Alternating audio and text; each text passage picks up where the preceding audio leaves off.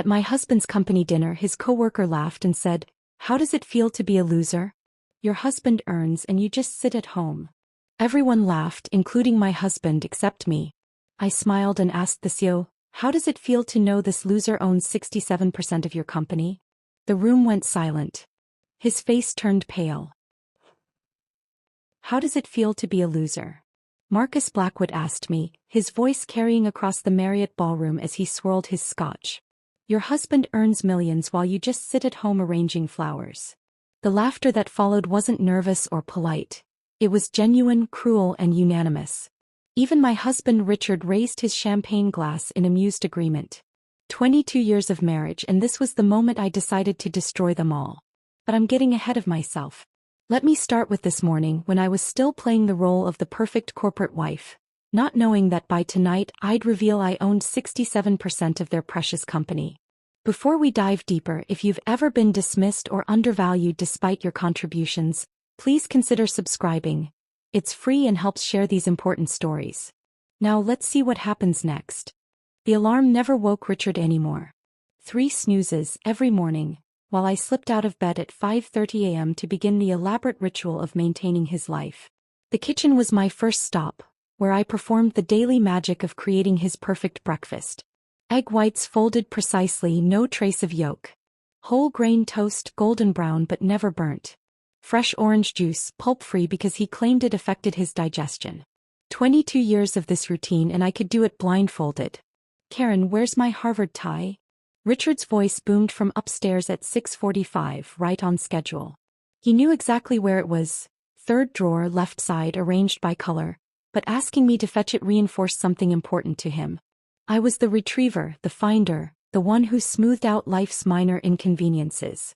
I climbed the stairs with his coffee, 2 sugars, no cream, in the Harvard Business School mug his mother bought him, and found him standing in his walk-in closet, surrounded by $40,000 worth of suits, looking helpless. "The red one?" I asked, already reaching for it. "You have the Morrison presentation today." "Actually, it's the Singapore merger finalization," he corrected, taking the coffee without a thank you. "But yes, the red one. Power color."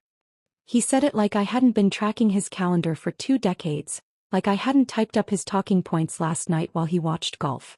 I tied the Windsor knot while he stood there, checking his phone, scrolling through emails from people who actually mattered to him. "Don't wait up tonight," he said, adjusting the tie I'd just perfected. "Company dinner at the Marriott. Black dress would be appropriate."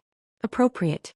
After 22 years, I'd become something that was either appropriate or inappropriate, never just myself. Lunch with Mother at the country club was its own form of torture. She sat across from me at our usual table, the one overlooking the tennis courts where she'd once hoped I'd celebrate my own victories instead of my husband's. "Richard must be thrilled about the promotion," she said, though her tone suggested anything but thrill. "Senior vice president. Your father would have been impressed." My father would have been devastated, actually. He'd sent me to Columbia Business School. He'd celebrated when Goldman Sachs offered me that analyst position. He'd believed I'd conquer Wall Street, not become a suburban housewife whose greatest achievement was remembering her husband's coffee order. "You look tired, dear," Mother continued, studying my face with that surgical precision Mother's perfect over decades. "Are you taking those vitamins I recommended?" "I'm fine, Mother. You used to say that when you were struggling at Columbia too. Right before you quit." She set down her fork, her Caesar salad barely touched. "For him. I didn't quit. I made a choice." "Yes, and look where that choice led you." She gestured vaguely at my St. John's suit, my pearl earrings, my entire existence. "Playing dress-up for his colleagues while your brain rots in that big house." I wanted to tell her about Greystone Capital then. About the investment firm I'd built in secret using Dad's insurance money. About the 67% of Nexus Industries I'd acquired through shell companies. About how Richard's entire career existed because I'd orchestrated it from the shadows. But I couldn't. Not yet. The afternoon disappeared in preparation for tonight's dinner. Hair salon at 2, where they covered the gray that Richard pretended not to notice. Manicure at 3:30. Neutral pink because anything else was trying too hard. Home by 4:45 to select the black dress he'd already chosen for me. My phone buzzed as I was applying makeup. Victoria Lawson, my attorney and the only person who knew my secret. Greystone quarterly reports attached. Your portfolio exceeded projections by 47%. You now control enough shares to replace the entire board if needed. I deleted the message immediately, a habit formed from years of hiding my true self. Richard thought I spent my days at charity luncheons and book clubs. He had no idea I'd been slowly, methodically acquiring the very company where he worked, using the inheritance he thought went to our mortgage and his golf club membership. The doorbell rang at 6:15. Richard, home just long enough to change his shirt and cologne before the dinner. He looked good in his evening suit, I had to admit. The silver at his temples gave him that distinguished air that made junior executives hang on his every word. Ready? He asked, checking his Rolex. We can't be late. James specifically requested our presence at the executive table. Our presence. As if I was anything more than a mandatory accessory like cufflinks or a pocket square. The drive to the Marriott was silent except for Richard's phone calls. 3 different conversations about quarterly projections, 2 mentions of the Singapore merger, and 1 laugh-filled exchange with Marcus about some junior analyst's mistake. Not once did he look at me or ask about my day. As we pulled up to the valet, he finally turned to me. Remember, Karen, just smile and let me handle the conversation. These people don't care about your little hobbies. My little hobbies. Like the investment portfolio worth more than his entire career. Like the company shares that could end his professional life with a single phone call to the board. Of course, Richard, I said, perfecting the smile I'd worn for 22 years. I know my place. I stepped out of the car, smoothing my appropriate black dress, not knowing that in 3 hours Marcus Blackwood would call me a loser. Not knowing Richard would laugh. Not knowing that I'd finally drop the mask and reveal that the perfect corporate wife they'd all dismissed owned everything they held dear. But for now I walked through those grand doors ready to play my part one last time. The marble floors reflected the chandelier light, and I took my usual position at the 3rd table from the window. Close enough to seem involved, far enough to remain invisible. The perfect corporate wife, counting down the minutes until her resurrection. The perfect corporate wife, counting down the minutes until her resurrection, or so I thought. What I hadn't counted on was Marcus Blackwood deciding tonight was the night to make me his entertainment. I'd just settled into my seat, the leather still cool against my legs, when his shadow fell across my table. Marcus moved through the ballroom with the confidence of a man who'd never been told no, his Italian shoes clicking against marble, announcing his arrival before his voice did. Well. Karen Winters hiding in the corner as usual. His Rolex caught the chandelier light as he pulled out the chair beside me without invitation, the metal scraping against the floor in a way that made nearby conversations pause. The cologne hit me next, Tom Ford applied with the subtlety of a fire hose. I'm not hiding, Marcus. Just enjoying my wine. Of course you are. He signaled the waiter for another scotch, then turned his full attention to me, eyes scanning like he was appraising real estate. Richard tells me you keep yourself busy these days. What is it you do exactly? Pilates? Maybe some charity work. The condescension dripped from every word. This was Marcus's favorite game, finding the wives at these dinners and dissecting their lives for sport. Last quarter's dinner he'd reduced Tom Bradley's wife to tears asking about her little pottery hobby. I manage our investments, I said, keeping my voice level. His eyebrows shot up in mock surprise. Investments? You mean like choosing between mutual funds at the bank? He laughed, the sound sharp and grating. That's adorable. Richard's lucky to have someone managing the household finances. Very traditional. Actually, I studied finance at Columbia before. Columbia? He interrupted, his voice rising so the adjacent tables could hear. No kidding. And you used that Ivy League education for what, exactly? Clipping coupons? Planning the grocery budget? Eleanor Harrison turned in her seat 2 tables over, suddenly interested in our conversation. Her husband James, the CEO, glanced our way with mild curiosity. The ripple effect had begun. Marcus's voice was better than a dinner bell for attracting attention. Tell me, Karen, he continued, swirling his scotch, the ice cubes clicking like dice in a casino. What's it like? I'm genuinely curious. You wake up every morning in that beautiful Westchester house, paid for by Richard of course, and then what? Yoga class. Book club with the other wives.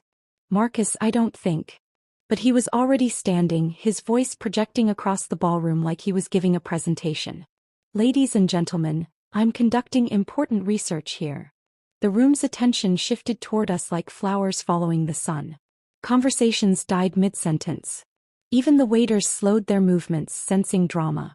"I'm trying to understand the modern housewife experience," Marcus announced, gesturing toward me with his glass, amber liquid threatening to spill. "Take Karen here. Columbia educated, presumably intelligent, and she's chosen to, what's the phrase? Lean out. Opt out." Patricia, Richard's secretary, had her phone out now, probably recording. Two junior executives at the bar had turned completely around on their stools to watch. "The question is," Marcus continued, his theatrical performance reaching its crescendo, "how does it feel to be a loser?" The word landed in the sudden silence like a judge's gavel. "I mean seriously," he pressed on, feeding off the nervous laughter beginning to bubble up from various tables. "Your husband earns millions. He's closing deals that reshape entire markets. He's building an empire. And he just, what? Arrange flowers? Plan dinner parties? Wait for him to come home and tell you about the real world." The laughter wasn't nervous anymore. It rolled through the ballroom in waves. Genuine, cruel, unanimous. James Harrison actually raised his bourbon in a mock toast. Eleanor's smirk was visible from across the room, her diamonds catching light as she leaned toward another wife to whisper something that made them both giggle. But none of that compared to what happened next. I turned toward Richard, my vision tunneling as I searched for my husband's face in the crowd. He'd defend me. He had to. 22 years of marriage meant something. The vows we'd exchanged, the life we'd built, the sacrifices I'd made, surely they counted for something. I found him standing near the bar, his champagne flute raised, his face lit with genuine amusement. Not the polite, uncomfortable smile of someone trying to navigate an awkward situation. Not the tight expression of a husband watching his wife be humiliated. He was laughing. Really laughing.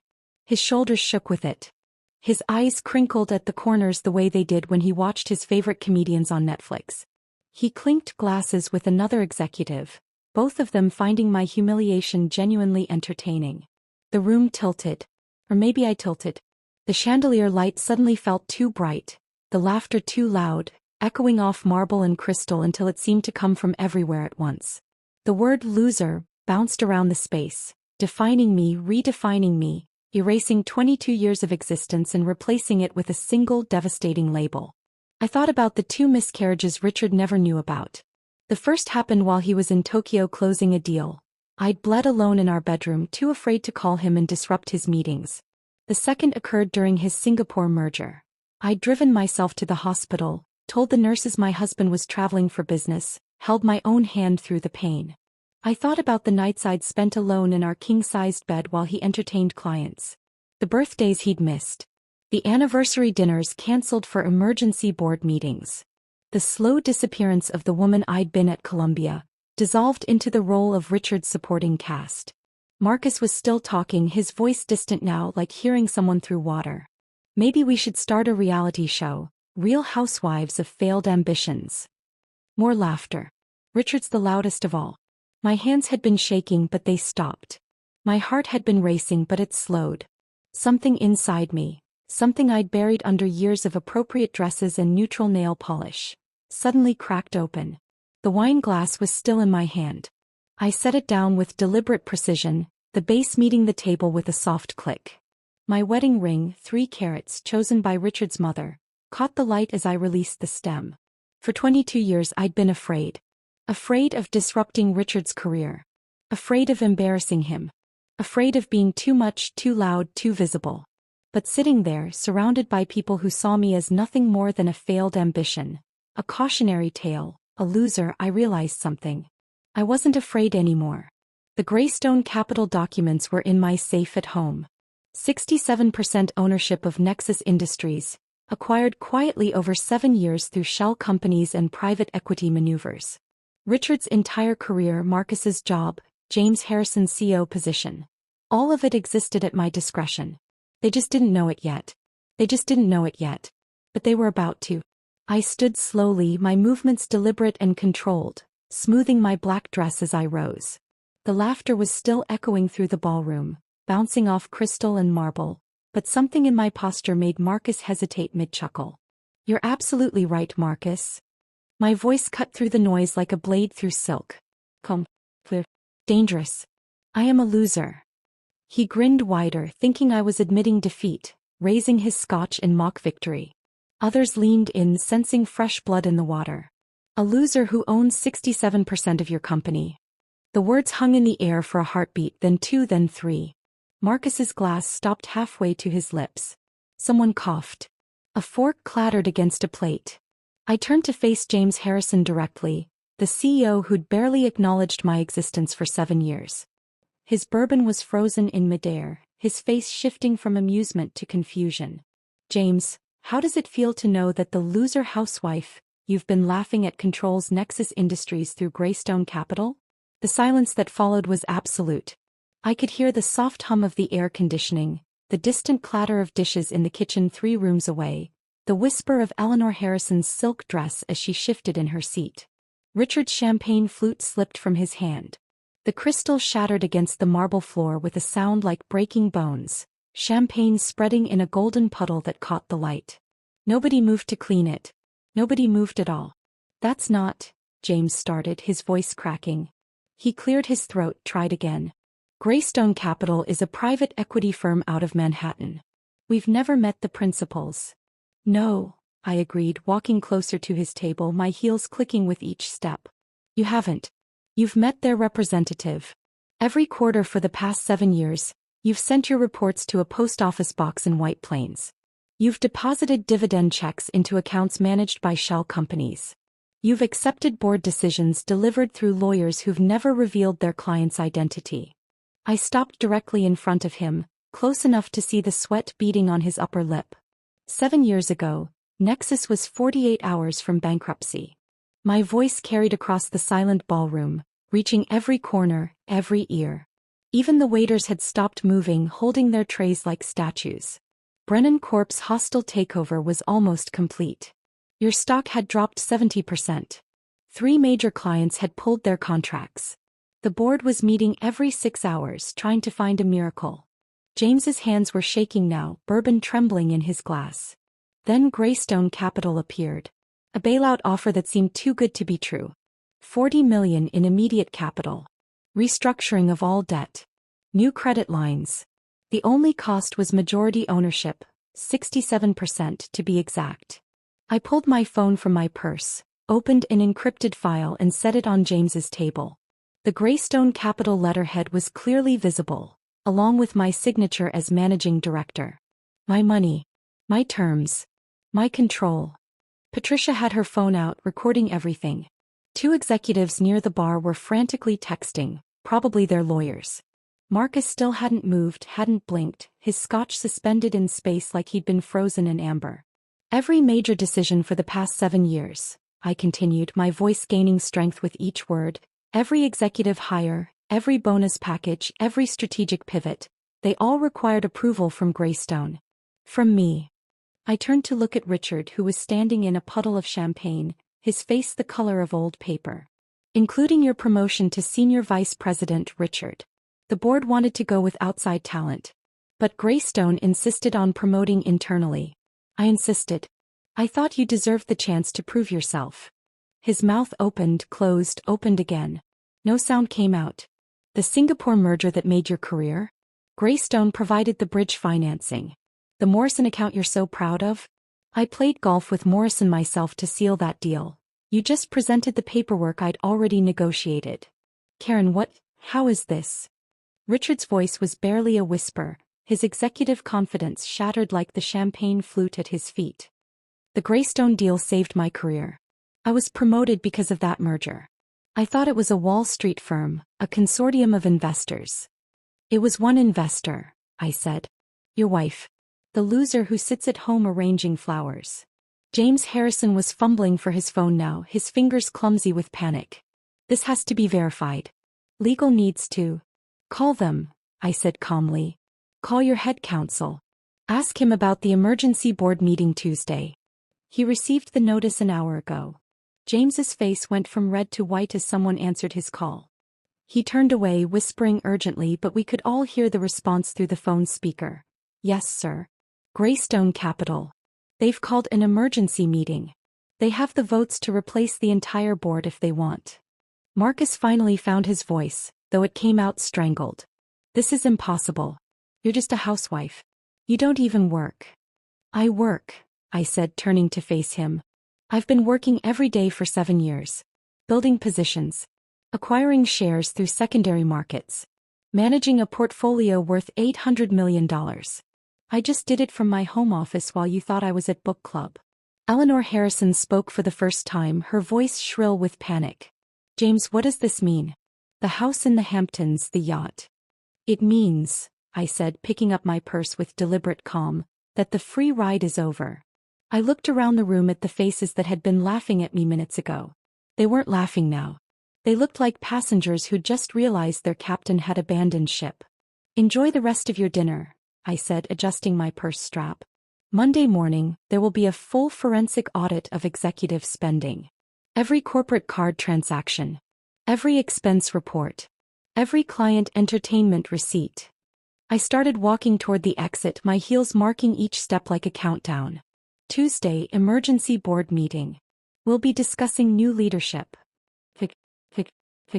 Wednesday, Marcus. I paused, turned to look at him over my shoulder. You might want to update your resume. That trip to Vegas last month on the company jet? The one you filed as client entertainment? We have the security footage. The ballroom erupted behind me. Richard calling my name with increasing desperation, James shouting into his phone about legal options, Eleanor demanding to know if they'd have to sell the house, Marcus trying to explain about Vegas. But I didn't turn around. I didn't stop walking. 22 years of being invisible had taught me many things, but the most important was this. The best revenge isn't served cold. It's served at exactly the right temperature at exactly the right moment to exactly the right people.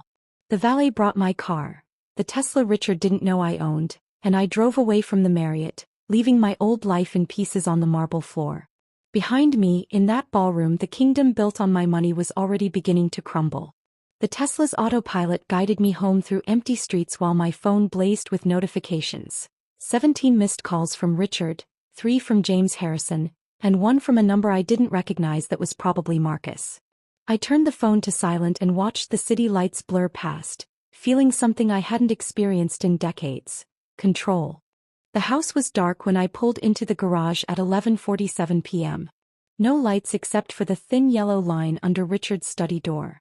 He'd beaten me home somehow, probably broke every traffic law in Connecticut to get here first. I made myself a cup of tea, not the chamomile Richard bought in bulk, but the expensive oolong I kept hidden behind the flower container, and climbed the stairs to bed. The sound of papers rustling and keyboards clicking from the study followed me all night. At 6 a.m. I found him exactly where I knew he'd be. Surrounded by a hurricane of financial documents, 3 laptops open to different shareholder databases, his usually perfect hair standing at angles that defied physics. Empty coffee cups formed a defensive perimeter around his desk.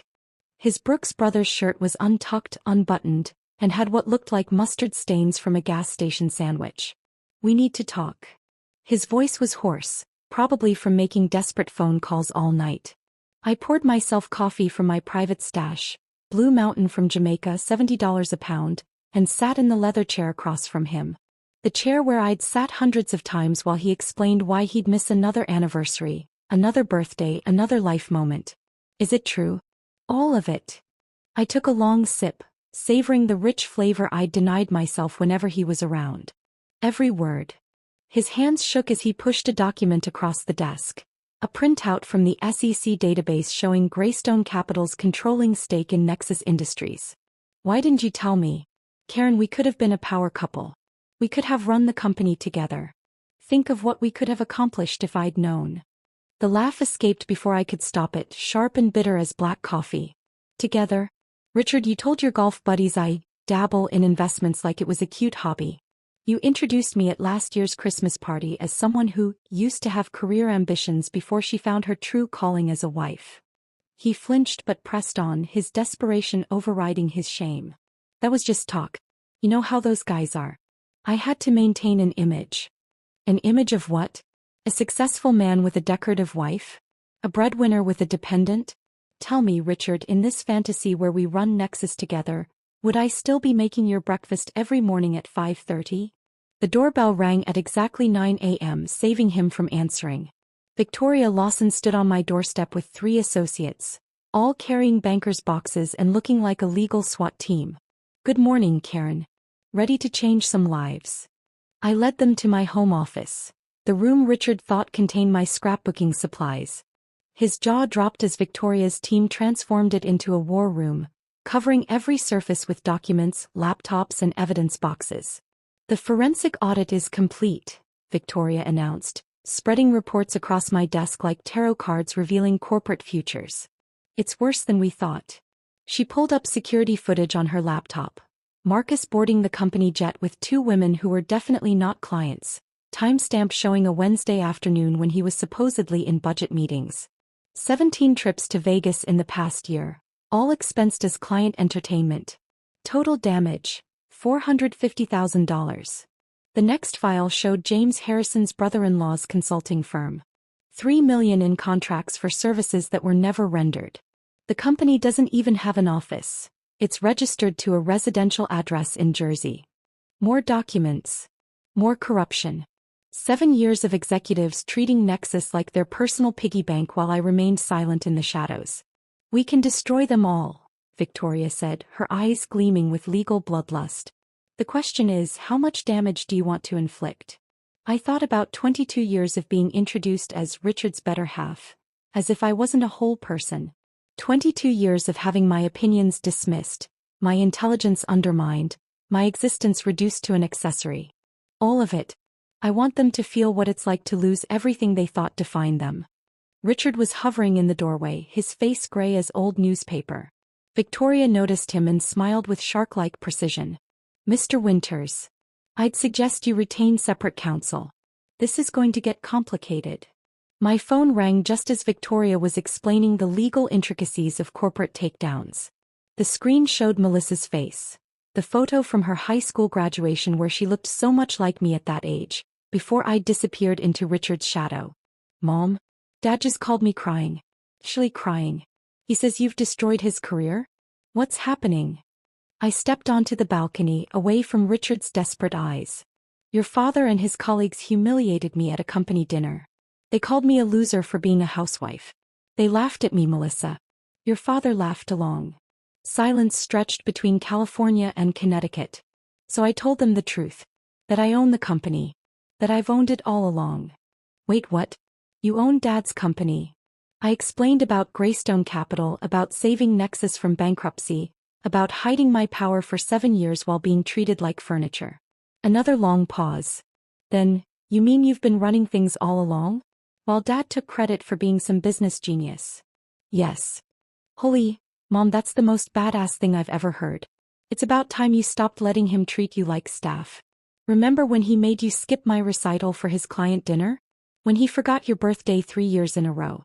When he told everyone at Thanksgiving that you'd given up your little career dreams to support him? I'd forgotten she'd been listening all those years, filing away every slight, every dismissal. I'm proud of you, Mom. For finally standing up. After we hung up, I found Victoria had set up a laptop showing Nexus's internal communications system. I thought you might want to see this, she said. An anonymous email had reached every Nexus employee 2 hours ago. The subject line, what your executives don't want you to know. The message contained select portions of the audit findings. Marcus's Vegas trips, James's nepotism, the executive team taking million-dollar bonuses while laying off 200 employees last Christmas. Within minutes, the company's Slack channels had exploded. Years of resentment pouring out in digital form. Did you send this? I asked Victoria. He shrugged. Whistleblowers are protected by law. Could have been anyone with access to this information. My inbox was filling with messages from Nexus employees. The most surprising was from Patricia, Richard's secretary. Mrs. Winters, we always knew you were different. You remembered our names. You asked about our families. You treated us like people, not servants. Thank you for finally holding them accountable. More messages flooded in. Stories of harassment ignored by HR. Qualified women passed over for promotions. Executives taking credit for their subordinates' work. The revolution I'd started had found its own momentum, fueled by years of accumulated injustice. Richard stood in the doorway, watching his world crumble in real time on multiple screens. "You planned this," he whispered. "You've been planning this for years." "No, Richard. I've been surviving for years. The planning started last night when you laughed while they called me a loser." "You planned this," he whispered. "You've been planning this for years." "No, Richard. I've been surviving for years. The planning started last night when you laughed while they called me a loser." Victoria checked her watch and smiled. "It's 8:58. Should we watch the show?" She opened her laptop to a financial news site just as the clock hit 9 a.m. Monday morning. The headline appeared immediately: "Breaking. Nexus Industries under SEC investigation following whistleblower report." Within seconds, my phone erupted with notifications. The forensic audit had been delivered simultaneously to every board member's personal email, the SEC's enforcement division, and journalists at the Wall Street Journal, Bloomberg, and Reuters. Victoria's team had orchestrated a surgical strike designed for maximum impact. "Marcus Blackwood is about to have a very bad morning," Victoria said, pulling up the Nexus security feed on her tablet. The timestamp read 9:17 a.m. Marcus was at his desk, probably reading the email that detailed his Vegas trips, his expense fraud, and the harassment complaints HR had buried. His face went from confusion to panic to pure terror as he realized what was happening. By 9:42 a.m., 2 security guards appeared at his office door. The entire 10th floor had gathered to watch through the glass walls as they escorted him out, making him surrender his company car keys at reception. Someone, probably one of the assistants he'd tormented, was filming on their phone. "That video will be viral within the hour," Victoria predicted. He was wrong. It took 20 minutes. Richard was pacing behind us, his phone buzzing constantly. "The office is in chaos," he said, reading his texts aloud like a war correspondent. "James is having a breakdown. 3 executives just resigned. The stock is dropping. Karen, please, you have to call this off." I turned to look at him, really look at him for the first time that morning.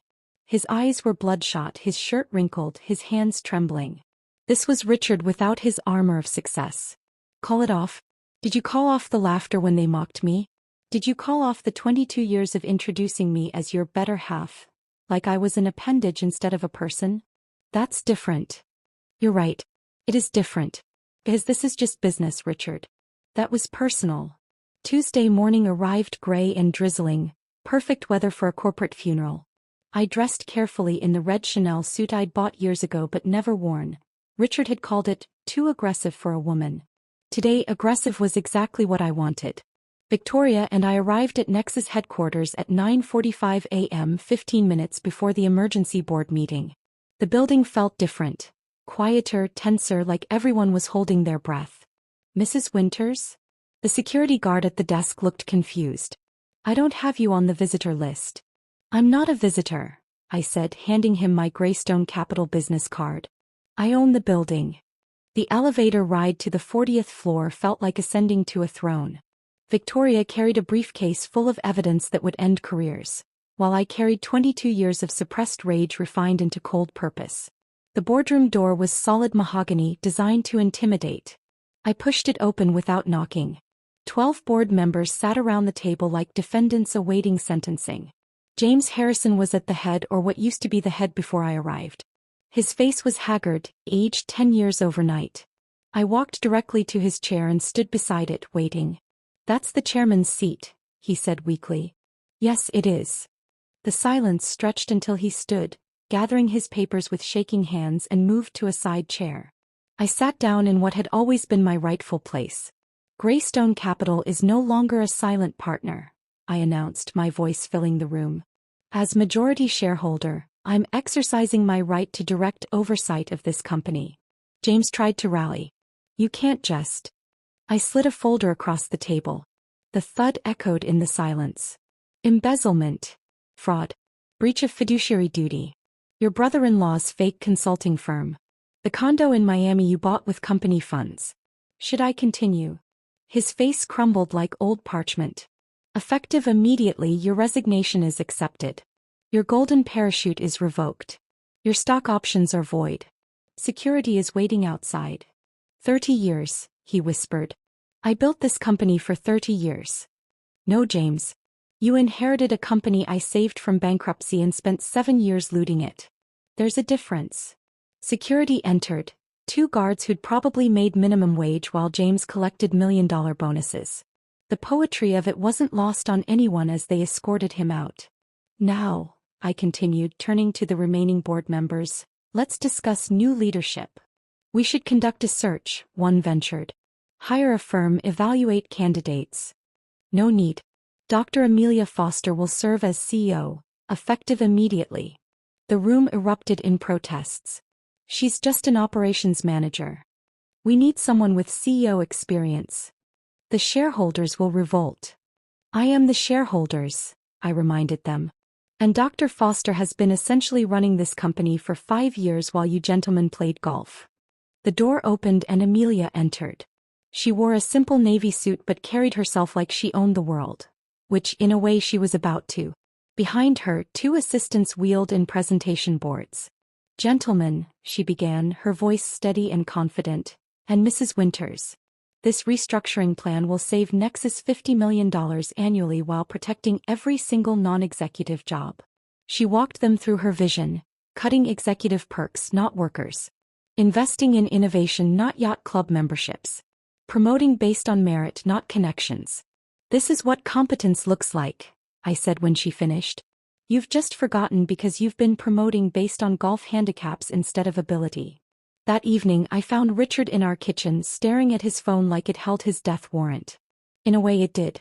Brennan Corp offered me a position, he said without looking up. Entry-level business development. 53 years old and they want me to start over as an account coordinator. The same position he'd held at 25. The same position he'd mocked others for still having at 40.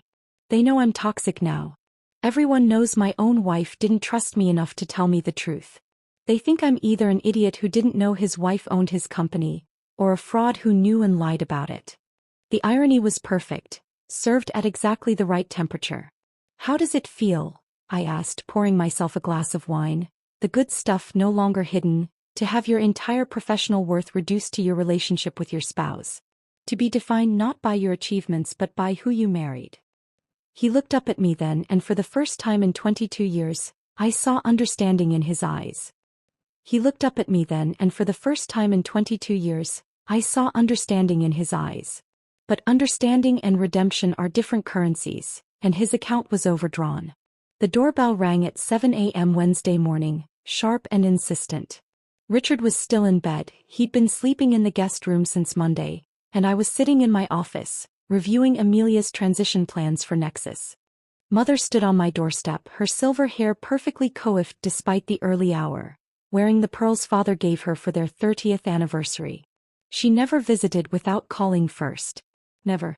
The whole country club knows, she said, stepping past me into the foyer. Eleanor Harrison was there yesterday, crying into her mimosa about losing their house. Margaret Blackwood has already unfriended me on Facebook, as if Marcus's Vegas trips were somehow my fault. I led her to my office, expecting the lecture about proper behavior, about not making scenes, about maintaining dignity even when wronged. That was Mother's way, suffer beautifully, never messily. Instead, she sat down carefully in Victoria's chair and pulled a worn manila folder from her purse. Her hands trembled slightly as she opened it. Do you know what these are? I looked closer. My Columbia transcripts showing a 3.9 GPA. The acceptance letter to Harvard Business School that I'd turned down. The job offer from Goldman Sachs. Analyst position, starting salary that would be impressive even today. You kept these. 23 years, Karen. I've carried these for 23 years, waiting for you to remember who you were before him. She spread the papers across my desk, each one a ghost of the life I'd abandoned. You were brilliant. Not just smart, brilliant. Professor Hendricks called you the most promising student he'd had in a decade. Goldman fought 2 other firms for you. And you gave it all up for a man who introduced you as his better half, like you were just a fraction of a person. Tears were running down her cheeks now, something I'd only seen twice before. At Father's funeral and when I told her I was leaving Columbia. When your father died and left that insurance money, $2 million, I thought you'd use it to go back to school. To start your own firm. To become the woman he'd raised you to be. Instead, Instead, I used it to save Richard's company. Without taking credit. Without even telling him it was your money. You let him think it was venture capital, let him present himself as the business genius who saved his startup. He grabbed my hand, her grip surprisingly strong. But I'm proud of you now, Karen. For finally fighting back. Your father would be too. We sat there in silence, two generations of women who'd been taught to be supportive rather than supported, to be silent rather than seen. Thursday evening, Richard knocked on my office door. The first time he'd ever done that. He was holding a manila envelope and wearing the gray suit I'd bought him for our 20th anniversary. It hung loose on him now, he'd lost weight in the past 4 days. Can we talk? I gestured to the chair, but he remained standing, shifting from foot to foot like a schoolboy called to the principal's office. I've had divorce papers drawn up, he said, placing the envelope on my desk. I'm not contesting anything. You can have it all. The house, the cars, our entire joint portfolio. How generous of you to give me things I paid for. He flinched but continued. I need something, Karen. Some dignity. Maybe a consultant position at Nexus? A reference letter saying I left for personal reasons? Something that doesn't make me look like a complete failure. I studied this man I'd once loved enough to sacrifice everything for. His shoulders, once broad with confidence, now curved inward. His hands, which used to gesture grandly when telling his stories, hung limp at his sides. You want dignity? I asked. Where was my dignity when you laughed as Marcus called me a loser? Where was it when you told people I dabbled in investments? When you introduced me as someone who used to have career ambitions? That was different. You're right. It was different. You had 22 years to give me dignity, Richard. Every single day you chose not to. You chose to treat me like an employee, a secretary, a maid with a marriage certificate. Why should I show you mercy you never showed me? He stared at the floor, his reflection visible in the polished hardwood. 2 broken men for the price of 1. Because you're better than me, he said quietly. You always were. I just never wanted to admit it. Before I could respond, we heard a car door slam outside. Melissa's voice carried through the window. She was on the phone, probably with a friend, laughing about something. My daughter, home from Stanford unexpectedly. She burst through the front door with the energy of youth, calling out, Mom? Dad? We need to talk. She found us in my office, took one look at our faces, and her smile faded. You're getting divorced, aren't you? Neither of us answered, which was answer enough. She pulled out her phone, swiping to a photo. Look at this. It was her 5th birthday party. Richard and I flanking her as she blew out candles on a Barbie cake I'd made from scratch. We were laughing, all 3 of us, genuinely happy in that frozen moment. This was before Dad made senior VP. Before Mom's investments. Before any of the garbage that you think matters. We were happy with less. Remember? Melissa, Richard started. No, Dad. You don't get to talk. You laughed while Mom was being humiliated. And Mom, you've made your point. You've destroyed Dad professionally. Marcus is apparently working at a used car dealership. James Harrison is under federal investigation. What more do you want? She looked between us, her eyes, my eyes, blazing with frustration. I don't want to lose my family to revenge. Can't we salvage something? I looked at the photo again. That woman in the picture. She'd already given up Harvard to support Richard's dream. She'd already spent her father's inheritance saving his company. The happiness in that photo was built on a foundation of my sacrifices nobody else even knew about. That family never really existed, sweetheart, I said gently. It was just me pretending everything was fine while slowly disappearing. Later, at 2 a.m., I wandered through our house like a ghost haunting my own life. The formal dining room where I'd hosted countless dinner parties for Richard's colleagues. The living room where I'd smiled through book club meetings while the other wives discussed their husbands' promotions. I ended up in Richard's study, his former study I supposed. In the bottom drawer of his desk I found it, the business plan for his first startup. My handwriting filled the margins. My financial projections. My market analysis. My strategies. The cover page read Winters Innovations, a business proposal by Richard Winters. Not by Karen and Richard Winters. Not with contributions from Karen Winters. Just Richard taking credit for my mind while I took credit for keeping his house. I poured a glass of his 30-year-old Macallan, the bottle he'd been saving for a special occasion, and raised it to the empty room. To the invisible woman who's finally been seen. The whiskey burned, but not as much as the truth. I'd won everything and lost everything simultaneously. The victory tasted like ashes, expensive ashes, but ashes nonetheless. The whiskey burned, but not as much as the truth. I'd won everything and lost everything simultaneously. The victory tasted like ashes, expensive ashes, but ashes nonetheless. My phone buzzed at 3 a.m. Victoria's name lit up the screen. "Did I wake you?" she asked, though we both knew I hadn't slept properly in days. "What is it?" "The board wants to move the emergency shareholder meeting to Friday. Same venue as last week's dinner, the Marriott Grand Ballroom. They think familiar territory will give them an advantage." I almost laughed. They wanted to return to the scene of my humiliation, not realizing they were handing me the perfect stage for their destruction. "Tell them yes. And Victoria, make sure the media knows. I want cameras." Friday arrived wrapped in sunshine that felt like cosmic irony. I chose my outfit carefully, a white Armani suit I'd bought years ago but never had the courage to wear. Richard had called it too bold, which made it perfect for today. The Marriott's Grand Ballroom had been transformed. Gone were the round dinner tables where executives had laughed at me. Instead, 300 chairs faced a raised platform, a projection screen behind the podium large enough that no one could miss what I was about to show them. The crowd was a mix of shareholders, employees, and media. CNN had sent a crew. The Wall Street Journal had 3 reporters present. Every financial blog worth reading had someone in attendance. I stood backstage watching Richard enter through the main doors. He'd chosen a seat in the very back row, probably hoping to slip out unnoticed when things got difficult. He had no idea how difficult they were about to get. At exactly 10 a.m. I walked onto that stage, my heels clicking the same rhythm that had marked my exit a week ago. The murmuring crowd fell silent.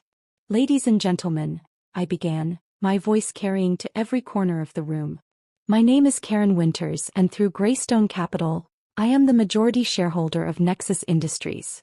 The presentation clicked to life behind me, a simple slide showing Greystone's 67% ownership stake. For 7 years I've been silent while executives treated this company like their personal piggy bank.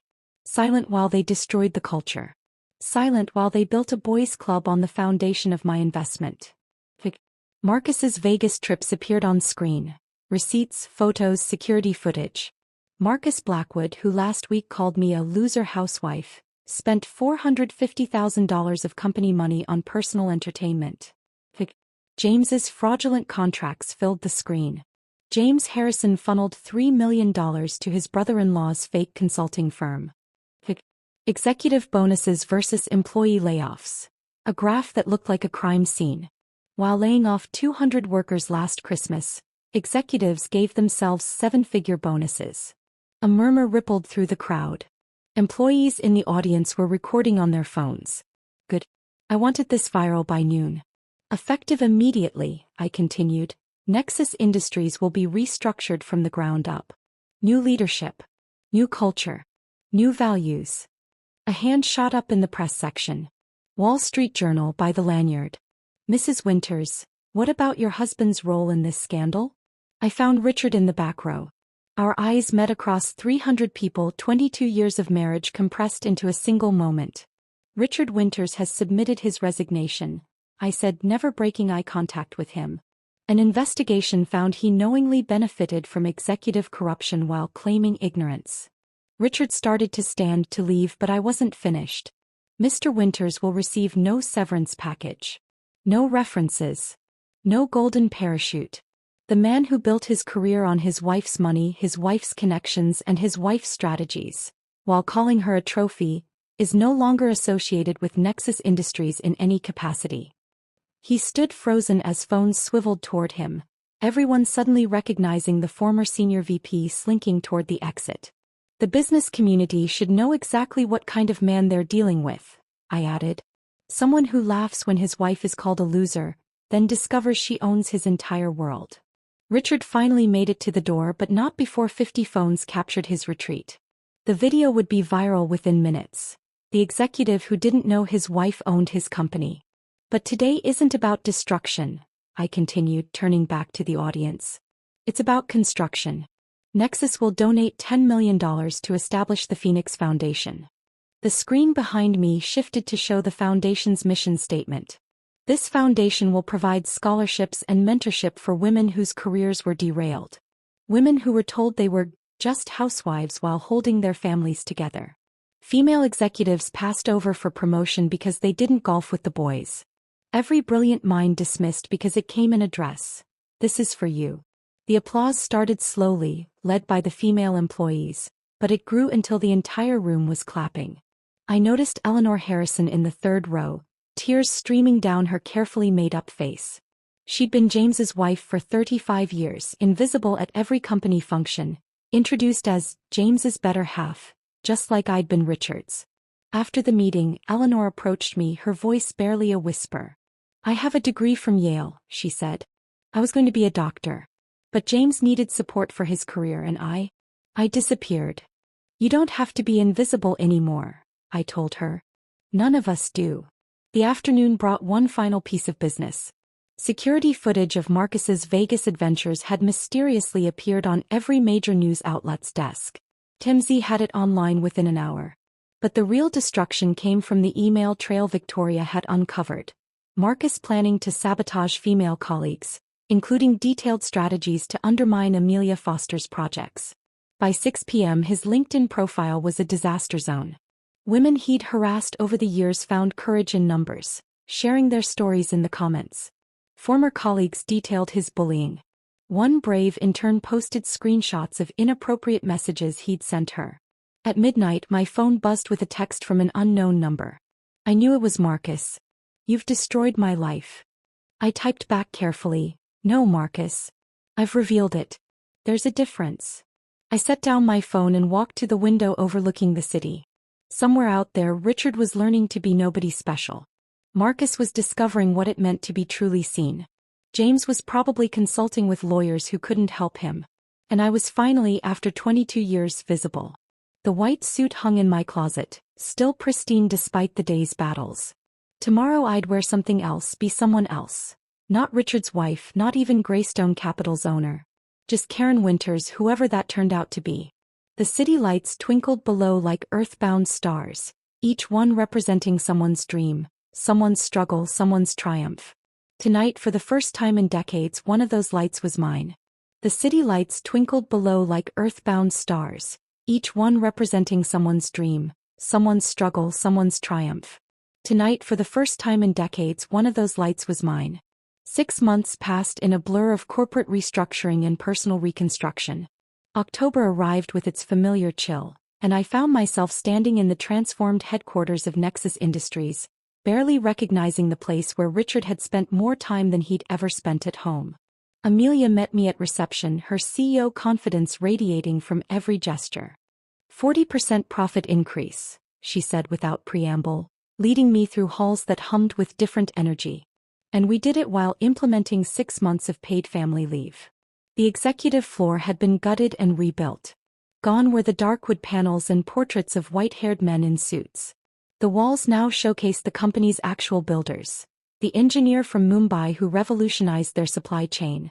The single mother from Detroit who designed their best-selling product. The former refugee from Syria who transformed their customer service. James's old office? I asked. Nursing room for new mothers. We have 14 employees using it regularly. Amelia smiled. His mahogany desk makes an excellent changing table. The old executive dining room had been converted into an open cafeteria where everyone ate together. No more segregation by salary level. I watched a junior developer sitting with the CFO, both eating the same subsidized lunch, discussing something that made them both laugh. You did this, Amelia said, handing me a folder thick with letters. These are from employees. They wanted to thank you for saving their jobs, for changing the culture, for giving them hope. I opened one at random. Mrs. Winters, I've worked here for 15 years. For the first time I feel valued. My ideas matter. My voice is heard. Thank you for burning down the old boys club so we could build something better. I just lit the match, I said. You built this. Spring brought Melissa's graduation from Stanford. I arrived early, claiming a seat in the third row, close enough to see her face when she walked across that stage. The crowd filled in around me. Proud parents, grandparents with cameras, siblings looking bored. Then I saw him. Richard stood by the entrance, scanning the crowd uncertainly. He was thinner, his suit off the rack instead of custom-tailored. His hair had gone completely gray in the past 6 months. When our eyes met, he froze. He looked like he might turn and leave, but then started walking toward me, each step careful and measured. "Hello, Karen." His voice was different, quieter, uncertain. The commanding executive tone had been replaced by something almost humble. "Richard. Hey, I." He gestured to the empty seat beside me. "It's a free country." We sat in silence for a moment before he spoke again. "I've been in therapy. Twice a week for 6 months." He stared at his hands. "No wedding ring, no Rolex. I understand now what I took from you. What I stole. Not just your money or your ideas, but your identity. Your dreams. 22 years of your life." The apology sounded genuine, but I felt nothing. No anger, no satisfaction, no residual love. Just emptiness where feelings used to live. "I'm glad you're learning," I said, then turned my attention back to the stage.